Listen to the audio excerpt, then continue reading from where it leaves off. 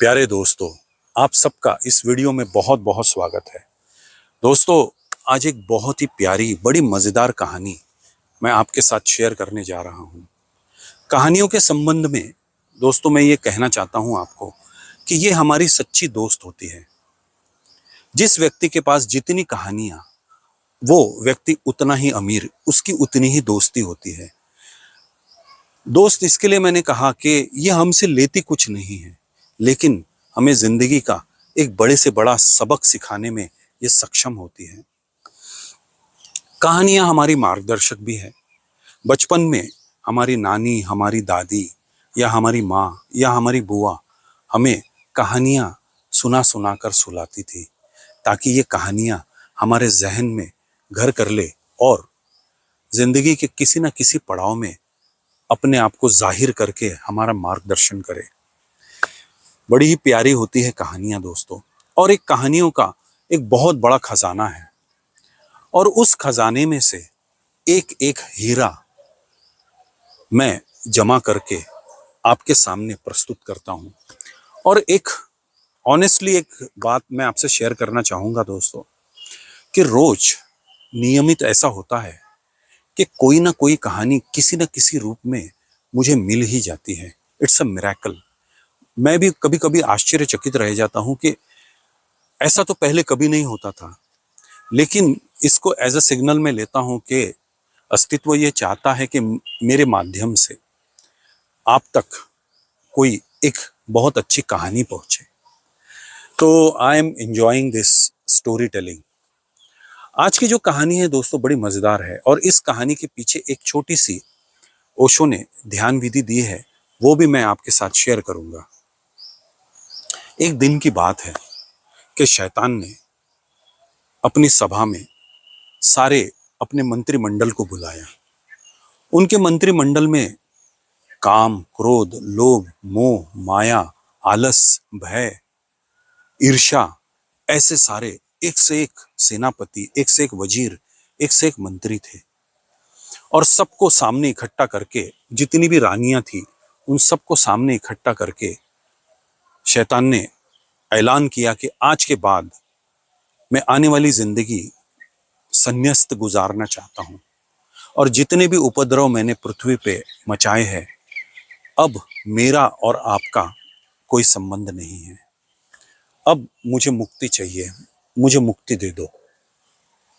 क्रोध तो गुस्से से लाल हो गया, काम की तो बात ही समझ में ना आए, मोह माया तो आपस में चिमट के रोने लगी कि अब हमारा क्या होगा, हम तो बेरोजगार हो जाएंगे। हमने जो इतना जाल फैला रखा है इस दुनिया में, अब दुनिया तो बड़ी खुश हो जाएंगी, बड़ी आनंदित हो जाएंगी, और हमारी इतने सालों की मेहनत पे पानी फिर जाएगा। हिंसा ने तो तोड़ फोड़ शुरू कर दी, आंदोलन ने नारेबाजियां शुरू कर दी, लेकिन शैतान ने एक खौफनाक आवाज लगाई और कहा कि शांत बैठो, सब लोग शांत। और फिर आगे अपनी बात को प्रस्तुत किया कि कल सुबह मैंने इस पृथ्वी के सारे उपद्रवियों को यहाँ पे आमंत्रित किया है, और ये उपद्रवी आपको खरीद के लेके जाएंगे, और यहाँ पे कोई भी बेरोजगार नहीं रहेगा। बड़े से बड़े उपद्रवी है, बड़ा मजा आएगा आपको उनके साथ काम करने में, जैसा मजा आपको मेरे साथ आता था। सब लोग तो बड़े खुश हो गए, नाचने लगे, गीत गाने लगे, वो भद्दे गीत गाने लगे, और सुबह एक एक करके सारे उपद्रवी शैतान की सभा में जमा होने लगे। बड़ा भोज हुआ, बड़ा नाच गाना हुआ, बड़ी शराबें, कुछ के कुछ वहां पे ऐसे विचित्र से विचित्र लोग थे कि जिनको देखते ही बनता था।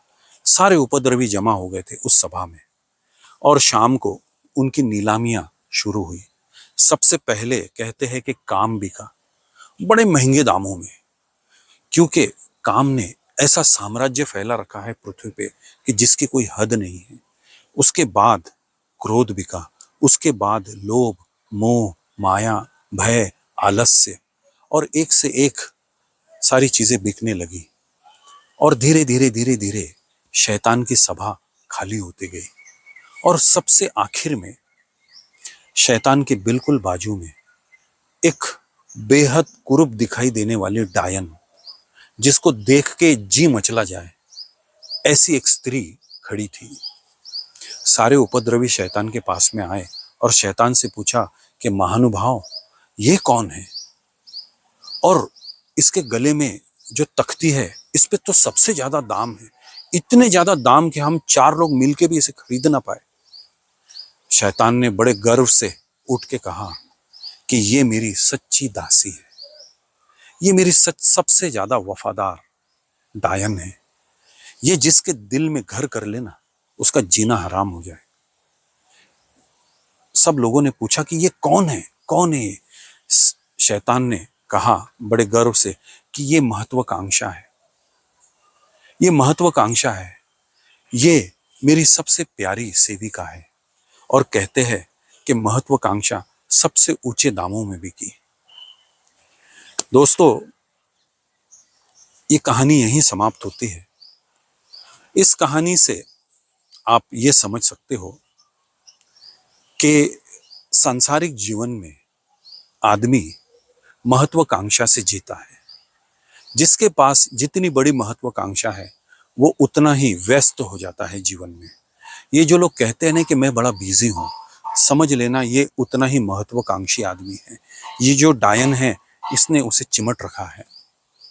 लेकिन सांसारिक जीवन में तो ठीक है, कभी आप शांति सुख पा सकते हो, लेकिन आध्यात्मिक जीवन में अगर आप महत्वाकांक्षी हो, अगर आप चाहते हो कि आपकी कुंडलिनी जाग जाए, आपकी थर्ड आई एक्टिवेट हो जाए, या आपको टेलीपैथी आ जाए, या आपको थोड़े से स्पिरिचुअल पावर्स आ जाए, या आप लोगों को गुरु बन के बेवकूफ बना सको, और बहुत सारे खेल महत्वाकांक्षा आध्यात्मिक जीवन में खिलवाती है लोगों को, और बहुत से लोग इसके शिकार भी हैं। आध्यात्मिक जीवन में महत्वाकांक्षा को बिल्कुल ड्रॉप कर दीजिए दोस्तों। इसका सांसारिक जीवन में कुछ फायदा होगा, लेकिन आध्यात्मिक जीवन में सिर्फ और सिर्फ नुकसान ही है। तो दोस्तों, ओशो ने जो ध्यान विधि दी है, ओशो कहते हैं कि 15 दिनों के लिए ऐसे जियो जैसे आपके सारे एम्बिशंस चले गए हो जिंदगी से, आप बिल्कुल महत्वाकांक्षा से मुक्त हो गए हो। ऐसा भाव करो कि मेरे जीवन में अब कोई महत्वाकांक्षा ही नहीं रही, और जीवन जैसे आ रहा है, जिस प्रकार से आ रहा है, उसी प्रकार से उसे मैं जीने के लिए तैयार हूं। कोई कंप्लेंट नहीं। कंप्लेंट करना भी एक प्रकार की महत्वाकांक्षा होती है दोस्तों, कि मेरे पास ये नहीं है, मेरे पास वो नहीं है। No complaints, no blames. ऐसे जियो जैसे आप बिल्कुल निर्मल हो गए हो, शुद्ध हो गए हो 15 दिन के लिए। और ओशो कहते हैं कि 15 दिन के बाद में you can choose either to be ambitious और to be non ambitious. So thank you very much friends. फिर मिलेंगे कोई एक नई कहानी में। Thank you.